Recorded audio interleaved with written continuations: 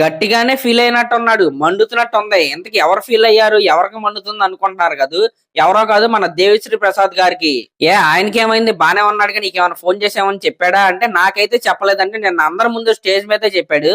ఇంతకీ ఆయన ఏమన్నాడంటే ఒకసారి మీరే వినండి.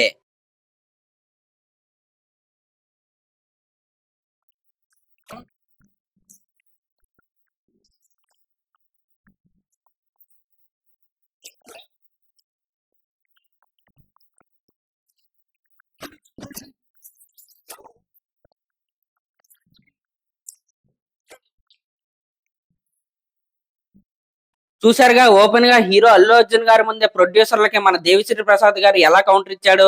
అయినా మైత్రి మూవీ మేకర్స్ ది అలాగే డిఎస్పీ గారిది అయితే ఫస్ట్ కొలాబరేషన్ అయితే కాదు. అంతకు ముందు రంగస్థలం, జనతా గ్యారేజ్, శ్రీమంతుడు, అలాగే మొన్న రీసెంట్ గా పుష్ప పార్ట్ 1 కి అయితే అదిరిపోయే ఆల్బమ్స్ అయితే ఇచ్చాడు. అయినా సరే ఇప్పుడు పుష్ప పార్ట్ 2 కి ఆయన బిజీ వల్ల కొన్ని సార్లు అయితే మన బీజిఎం కావచ్చు, సాంగ్స్ కావచ్చు, ఇంకా ఆర్ఆర్ కావచ్చు, ఏదైనా సరే లేట్ అవ్వచ్చు.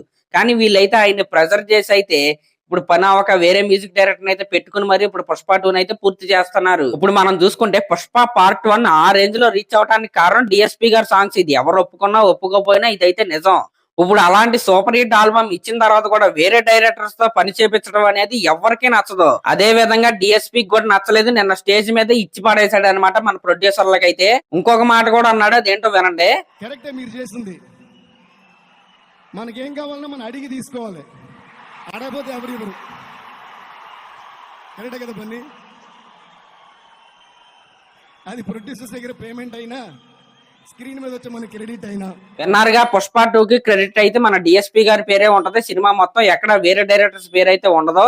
ఇది ఆల్రెడీ మొన్న తమనన్న అయితే కన్ఫర్మ్ అయితే చేసేసాడు. ఇక్కడ మీరు గమనిస్తే నిన్న ఈవెంట్ జరిగింది మన స్టేట్ లో కూడా కాదు, తమిళనాడులో. అంటే మన తెలుగు ప్రీ రిలీజ్ ఈవెంట్ లో డిఎస్పీ గారు ఈ ఇష్యూని ఇంకా పొడిగిస్తాడా, లేకపోతే ఈ లోపే సార్ట్ అవుట్ చేసుకుని సైలెంట్ గా ఉంటాడా అనేది మనం అయితే చూడాలి. మరి డిఎస్పీ గారు చేసిన వ్యాఖ్యల మీద మీరేమనుకుంటున్నారో కామెంట్ చేయండి. అలాగే నా ఛానల్ కనుక మీరు ఫస్ట్ టైం చూస్తున్నట్టయితే సబ్స్క్రైబ్ చేసుకుని అలాగే ఒక లైక్ అయితే చేయండి. Thank you.